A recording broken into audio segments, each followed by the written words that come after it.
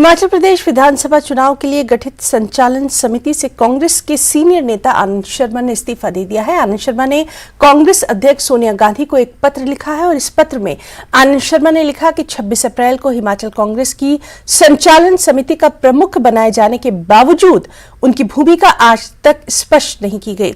उन्होंने लिखा कि हिमाचल चुनाव को लेकर दिल्ली और शिमला में हुई अहम बैठकों में उन्हें आमंत्रित तक नहीं किया गया।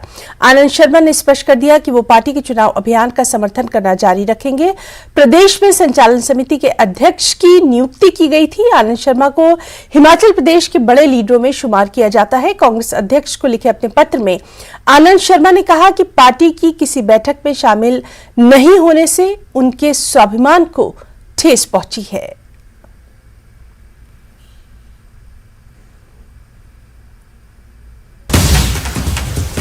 अहम खबर आपको दे दे चंबा से ये अहम खबर, जहां तीसा में डुगली केंथली मार्ग पर एक कार हादसा पेश आया है।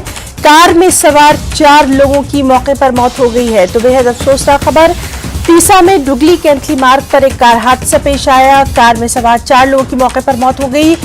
चारों एक ही परिवार के सदस्य बताए गए हैं। शवों को पोस्टमार्टम के लिए भेज दिया गया है।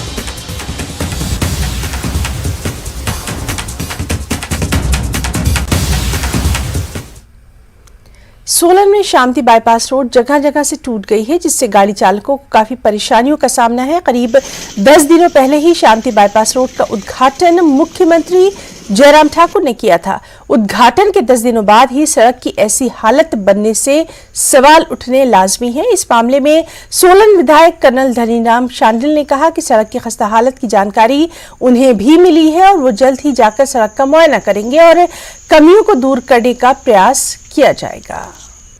अगर आप ध्यान से देखिए, मेरे घोषणा पत्र में 2012 में सबसे पहला शांति बाईपास था। उसकी वजह ये थी कि यहाँ पे बहुत ज़्यादा हमारी ट्रैफिक सॉर्ट ऑफ वो है, और इतनी ज़्यादा ट्रैफिक बढ़ने से यातायात में बड़ी मुसीबत होती है, खासकर महिलाओं को, बच्चों को, मरीजों को चलने में बड़ी दिक्कत होती है। इसीलिए इस बाईपास का निर्माण किया गया था। अब हुआ है तो इसके देखरेख में जो गलतियाँ हैं उसको देखा जाएगा और उसको दूर करने का प्रयास करेंगे।